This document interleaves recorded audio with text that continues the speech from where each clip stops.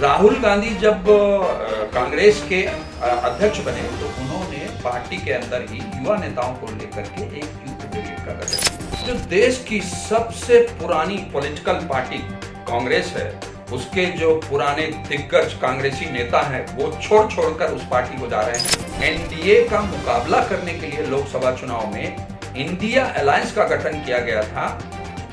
उन घटक दलों के अंदर भी कांग्रेस को लेकर के असंतोष बढ़ता जा रहा है।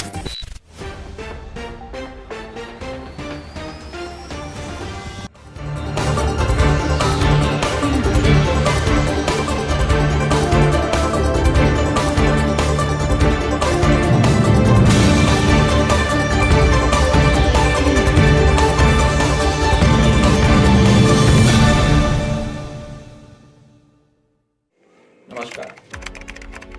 लोकसभा के जनरल इलेक्शन करीब हैं और जो देश की सबसे पुरानी पॉलिटिकल पार्टी कांग्रेस है, उसके अंदर असंतोष बढ़ता जा रहा है। उसके जो पुराने दिग्गज कांग्रेसी नेता हैं वो छोड़कर उस पार्टी को जा रहे हैं और दूसरी ओर जो एनडीए का मुकाबला करने के लिए लोकसभा चुनाव में इंडिया अलायंस का गठन किया गया था, उन घटक दलों के अंदर भी कांग्रेस को लेकर के असंतोष बढ़ता जा रहा है। कारण क्या है? कारण यह है कि जो कांग्रेस के पूर्व अध्यक्ष राहुल गांधी हैं, वो इस समय भारत जोड़ो न्याय यात्रा में व्यस्त है। चुनाव करीब है, सीटों का बंटवारा नहीं हो पाया है और इधर कई नेता लगातार अपनी बातों को अनसुना कर दिए जाने के चलते, स्पष्ट नीति न होने के चलते और नेतृत्व क्षमता का अभाव होने के चलते पार्टी को अलविदा कह रहे हैं। अभी हाल का उदाहरण है जो मध्य प्रदेश के पूर्व मुख्यमंत्री कमलनाथ हैं, 9 बार वो छिंदवाड़ा से सांसद रहे। उनका जो असंतोष, जिस तरीके से उन्होंने ये खबरें आ रही हैं कि उनमें जबरदस्त तरीके से असंतोष है, तो और उन्होंने पार्टी से जो दूरी बनाई है, अपने जो उनका बेटा है, सांसद बेटा है नकुल नाथ, उसके भविष्य को लेकर के चिंतित हैं वो और इसीलिए उन्होंने कांग्रेस से जो दूरी बनाई है, उसके बाद ये सवाल उठने लगा है कि क्या वास्तव में कांग्रेस लोकसभा के चुनाव में परफॉर्म कर पाएगी और जब लोकसभा चुनाव हो जाएंगे तो उसके बाद क्या कांग्रेस पार्टी का नामो निशान बचेगा? जी हां, आज इसी विषय पर मैं आपसे बात करने वाला हूं।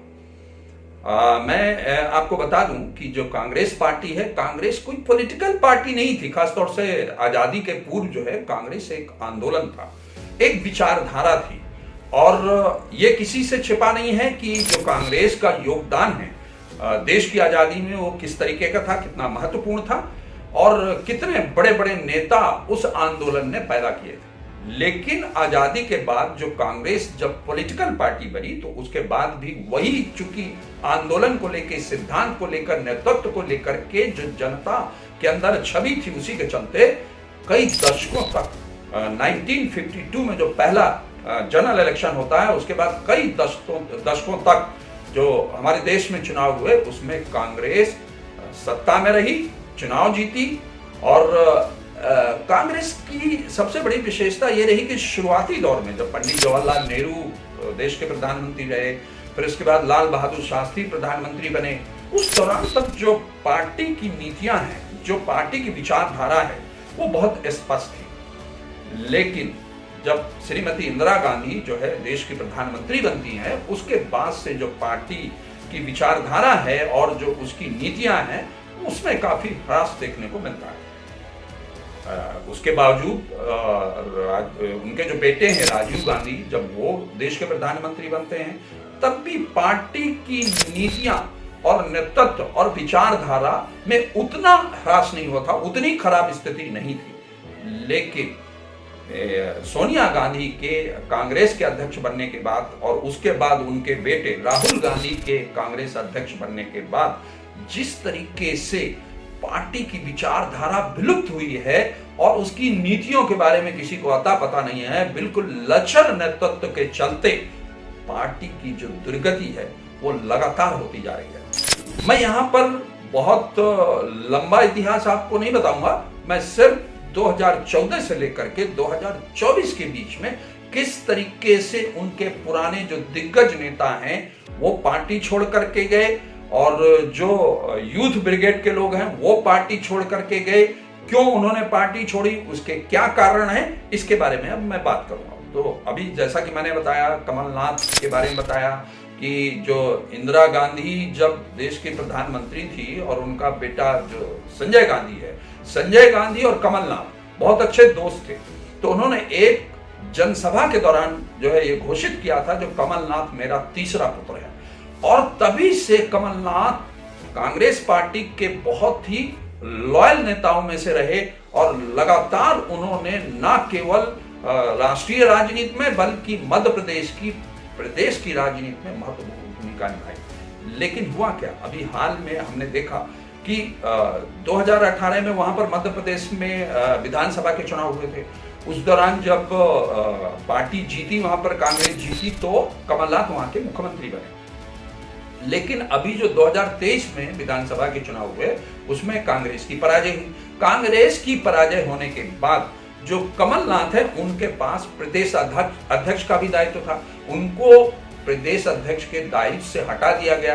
कांग्रेस की हार का ठीकरा उनके सिर पे फोड़ दिया गया, और वहां पर जो विधानसभा में जो विधायक दल के नेता की नियुक्ति करनी थी उसके बारे में भी कोई चर्चा नहीं की गई। और कमलनाथ लगातार ये कहते रहे हैं पार्टी नेतृत्व से कि वो राष्ट्रीय राजनीति में अपनी भूमिका निभाना चाहते हैं। उनको ये अपेक्षा थी कि उनका नाम राज्यसभा के लिए कांग्रेस से प्रस्तावित किया जाएगा, राज्यसभा से उनको पार्लियामेंट में भेजा जाएगा, लेकिन वो भी नहीं किया गया। तो इसलिए वो लगातार नाराज थे और उन्होंने कांग्रेस से अपनी दूरी बना ली। अब एक हम उदाहरण लेते हैं महाराष्ट्र के पूर्व मुख्यमंत्री अशोक चौहान का। अशोक चौहान बहुत पुराने नेता कांग्रेस के रहे।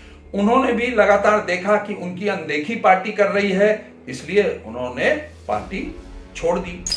और इसी तरीके से मैं जो अगला उदाहरण आपको दूंगा वह है गुलाम नबी आजाद। गुलाम नबी आजाद के बारे में हम अच्छी तरीके से जानते हैं कि किस तरीके से बहुत पुराने समय से इंदिरा गांधी के समय से कितने कांग्रेस के लॉयल नेताओं में से रहे। वो कांग्रेस के अलावा किसी और दल के बारे में सोचते भी नहीं थे, लेकिन उन्होंने भी जो है कांग्रेस को 2022 में अलविदा कह दिया और कश्मीर में, जम्मू कश्मीर में उन्होंने अपनी अलग पार्टी गठित कर ली। अब एक उदाहरण मैं जो दिग्गज नेता हैं, वरिष्ठ नेता रहे कांग्रेस की, कपिल सिब्बल की करूंगा। कपिल सिब्बल भी काफी असंतुष्ट रहे, खास तौर से जो पार्टी की नीतियां हैं, पार्टी का जो स्टैंड है करंट कंटेम्परेरी इश्यूज को लेकर के, उसको लेकर वो असंतुष्ट रहे। और उन्होंने 2022 में जो है इंडिपेंडेंट कैंडिडेट के तौर पर राज्यसभा में वो पहुंचे। उन्होंने 2022 में कांग्रेस छोड़ी। इसी तरीके से बाबा सिद्दीकी पूर्व मंत्री रहे हैं महाराष्ट्र में, और उन्होंने अभी हाल में ही कांग्रेस छोड़ के एनसीपी ज्वाइन कर ली। सुनील जाखड़ पंजाब में जो है कांग्रेस के अध्यक्ष रहे, उन्होंने भी पार्टी जो है छोड़ी इसी के चलते कि पार्टी की कोई स्पष्ट नीति नहीं है, कोई जो है उसका स्टैंड नहीं है, तो इसलिए उन्होंने भी पार्टी छोड़ के और बीजेपी का दामन थाम लिया। पूर्व केंद्रीय मंत्री अश्विनी कुमार, इन्होंने भी अभी 2022 में पार्टी छोड़ के और बीजेपी ज्वाइन कर ली। अब सुष्मिता देव जो इसमें कांग्रेस में थी, उन्होंने भी पार्टी छोड़ करके तृणमूल कांग्रेस को ज्वाइन कर लिया। रीता बहुगुणा जोशी इस समय जो है भाजपा के साथ हैं। ये हेमवती नंदन बहुगुणा जो बहुत ही कांग्रेस के वरिष्ठ नेता रहे और उत्तर प्रदेश के मुख्यमंत्री भी रहे, उनकी बेटी हैं, और इस समय जो है उन्होंने 2016 में जो है कांग्रेस को अलविदा कहा। उस दौरान वो कांग्रेस की प्रदेश अध्यक्ष भी रही, उन्होंने भी पार्टी को अलविदा कह दिया। तो एक एक करके जो है जो वरिष्ठ नेता हैं, दिग्गज नेता हैं, उन्होंने कांग्रेस को अलविदा कह दिया। अब मैं बात करूंगा राहुल गांधी की यूथ ब्रिगेड के बारे में। राहुल गांधी जब कांग्रेस के अध्यक्ष बने तो उन्होंने पार्टी के अंदर ही युवा नेताओं को लेकर के एक यूथ ब्रिगेड का गठन किया और उस यूथ ब्रिगेड में आरपीएन सिंह, जितेंद्र प्रसाद, ज्योतिरादित्य सिंधिया, अनिल एंटनी, मिलिंद देवड़ा जैसे नेता शामिल थे। और हमने देखा कि किस तरीके से जो यूथ ब्रिगेड के नेता हैं एक एक करके कांग्रेस का साथ छोड़ गए।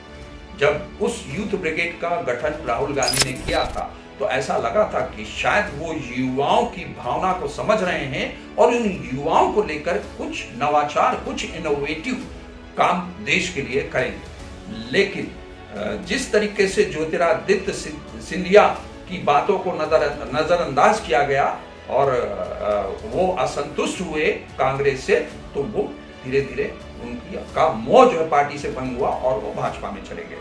इसी तरीके से जितेंद्र प्रसाद ने कांग्रेस का साथ छोड़ के बीजेपी का दामन थाम लिया। मिलिंद देवड़ा जो ने क्या किया कि उन्होंने जो है कांग्रेस का साथ छोड़कर जो है शिवसेना का हाथ पकड़ लिया। इसी तरीके से जो एके एंटनी हैं उनके बेटे अनिल एंटनी ने भी जो है उसका साथ कांग्रेस का छोड़ दिया और धीरे धीरे जो यूथ ब्रिगेड के ये सदस्य हैं उन्होंने कांग्रेस से दूरी बना ली। तो ये पहले मैंने आपसे बात की जो कांग्रेस के दिग्गज नेता हैं उनका कैसे मोह भंग हुआ और फिर धीरे धीरे जो युवा नेता हैं कांग्रेस के उनका मोह भंग कांग्रेस से कैसे हुआ, क्यों हुआ, उस पर भी आता हूं। लेकिन उसके पहले मैं अब यहां पे चर्चा करना चाहूंगा इंडिया अलायंस। देखिए, चूंकि इस बात से कोई इनकार नहीं कर सकता कि जो आज देश के प्रधानमंत्री नरेंद्र मोदी हैं वो एक लोकप्रिय नेता है।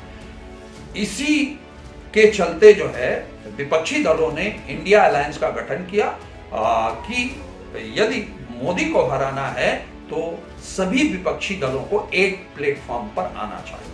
और जो इस समय एनडीए का हिस्सा बन चुके हैं नीतीश कुमार, उन्होंने ये पहल की और पहल करके एक इंडिया अलायंस का गठन करने की 28 दलों को मिला के जो है उसका गठन किया और उन्होंने एनडीए का लोकसभा चुनाव में मुकाबला करने की रणनीति बनाई। लेकिन जो कांग्रेस की लचर नीति है और जो उदासीनता है उसके चलते धीरे धीरे एक एक करके जो इंडिया अलायंस के 28 दल हैं उनमें भी बिखराव आने लगा।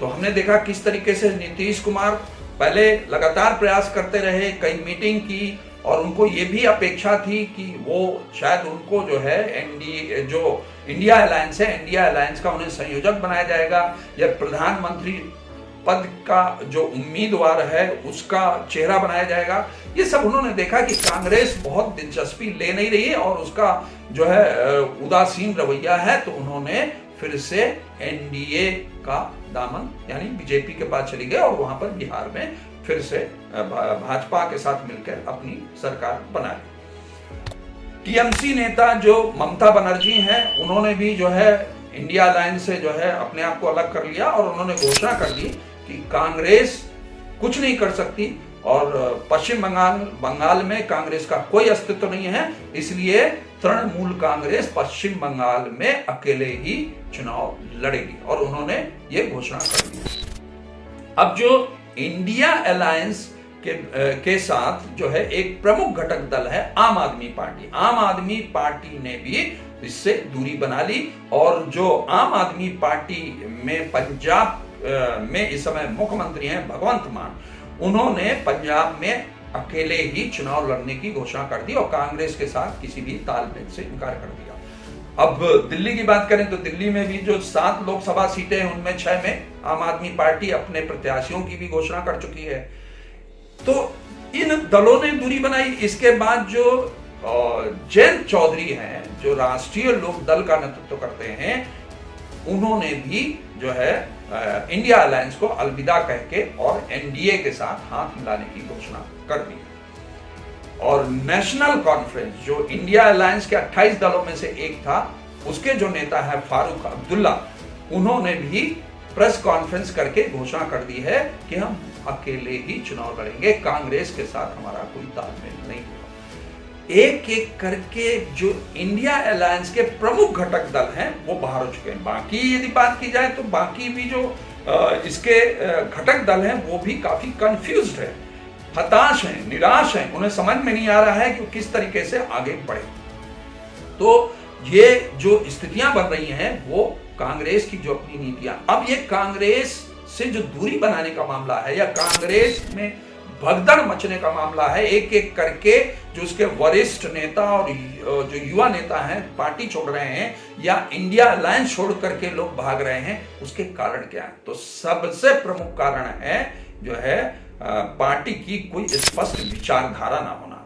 तो पार्टी की चूंकि स्पष्ट विचारधारा, देखिए जो जनता है, जनता ये हर पॉलिटिकल पार्टी से अपेक्षा करती है जो उसका नेतृत्व करने वाली है कि उसकी स्पष्ट विचारधारा हो, देश को लेकर के, देश की जनता को लेकर के, विकास को लेकर के, और किस तरीके से वो काम करेगी, वो स्पष्ट विचारधारा की अपेक्षा जनता करती है, जो आज कांग्रेस की के अंदर बहुत बड़ा अभाव हमें देखने को मिलता है।